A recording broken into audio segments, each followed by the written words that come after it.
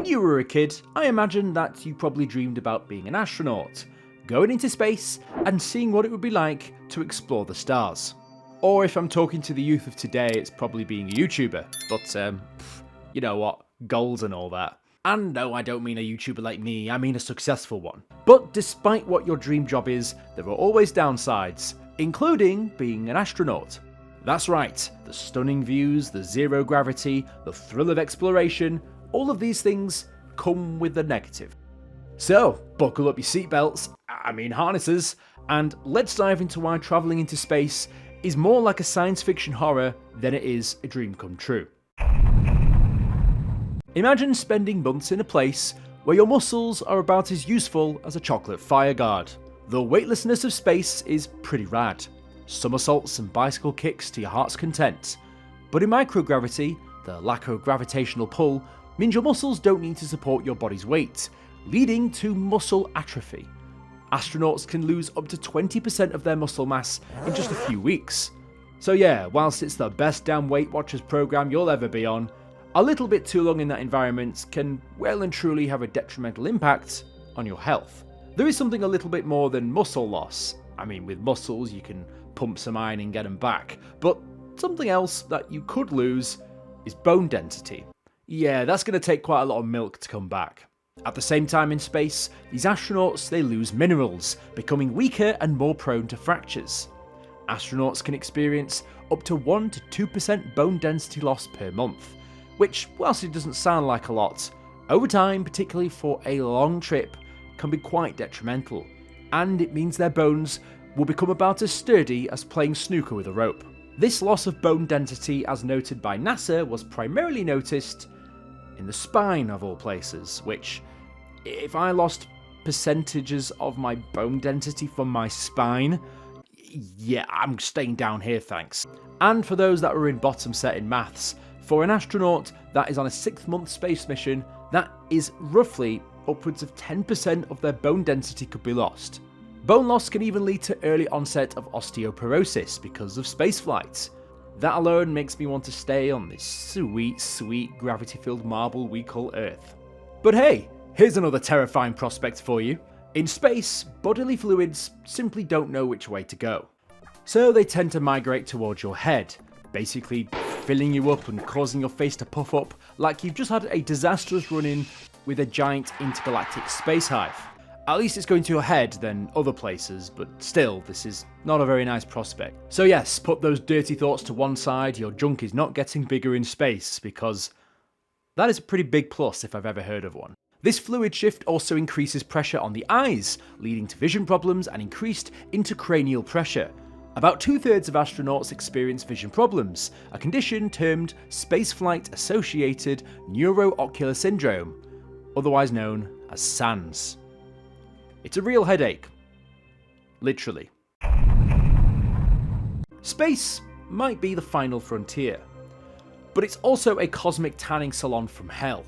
Whilst invisible to the human eye, radiation is very much a real thing, and it's very, very dangerous when in space for a prolonged period. As a matter of fact, it could very well be one of the most dangerous aspects of space. Like the clap. You can't see it, but you wish you never got it. High-energy galactic cosmic rays, which are remnants from supernovas and solar storms, are ejected into the galaxy, for whatever may be in their way. Outside Earth's protective atmosphere, astronauts are exposed to high levels of cosmic radiation. Prolonged exposure increases the risk of cancer, cataracts, and other radiation-induced diseases. Astronauts aboard the International Space Station receive over 10 times the radiation that we experience on Earth. So the International Space Station is like being on a tanning bed as the entire ship floats in the weightlessness of space and gives you the single worst sunburn you've ever had. Jesus Christ, space is awful. Why would anyone want to go there? It does genuinely make me wonder whether they actually tell the astronauts these risks before going, or they just say, you'll be fine. Don't worry about it. In the event of an emergency solar flare, or other high radiation, some other fucking event, astronauts can experience acute radiation sickness. Symptoms include nausea, vomiting, fatigue, and other unpleasant side effects. I'll let your mind run wild on what that could possibly mean, but if you need a clue, then just stick your head in a microwave and I'm sure you'll get your answer. Aside from the physical space ailments and putting that to one side, we can't forget the mental anguish that spending an extended period of time amongst the stars can have on you and your own well-being. Being an astronaut sounds pretty damn cool, until you realise it involves being crammed in a tiny shuttle with people that you might not even like. This confinement and isolation can lead to loneliness, anxiety, and even depression. NASA's Behavioural Health and Performance team work to try and address these issues to make sure that astronauts feel as comfortable as possible when going into space.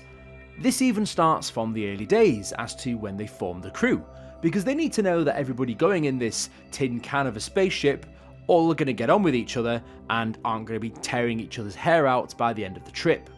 So this basically involves choosing, training and supporting the astronauts as far as they can to become an effective team for months or even years at a time. Whilst this is all good, and at least they're thinking about this kind of thing, we are social creatures at the end of the day.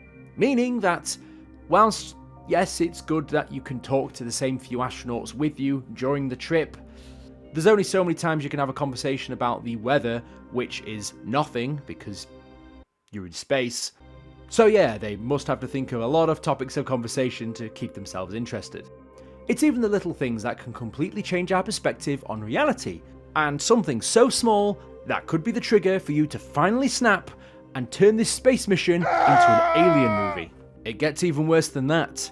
The absence of natural daylight cycle in space disrupts daily rhythms, which can cause sleep disorders, fatigue, and decreased cognitive function. The International Space Station orbits the Earth every 90 minutes, causing astronauts to experience 16 sunrises and sunsets every day. Whilst cool initially, the novelty would probably wear off pretty quickly, so the whole idea of becoming an astronaut doesn't sound that fun anymore. The confined environment of an astronaut poses risks such as fire, cabin depressurization, and toxic leaks. Any malfunction can be well and truly life-threatening. Space might be the high-tech adventure that you've always dreamed of, but the reality is that it's a high-stakes game on what the hell is going to kill me next. And if you think this kind of thing just doesn't happen, well, in the year 1997, a Russian spaceflight had a fire on board. So when you're in a tiny tin can in space, that really doesn't sound like fun.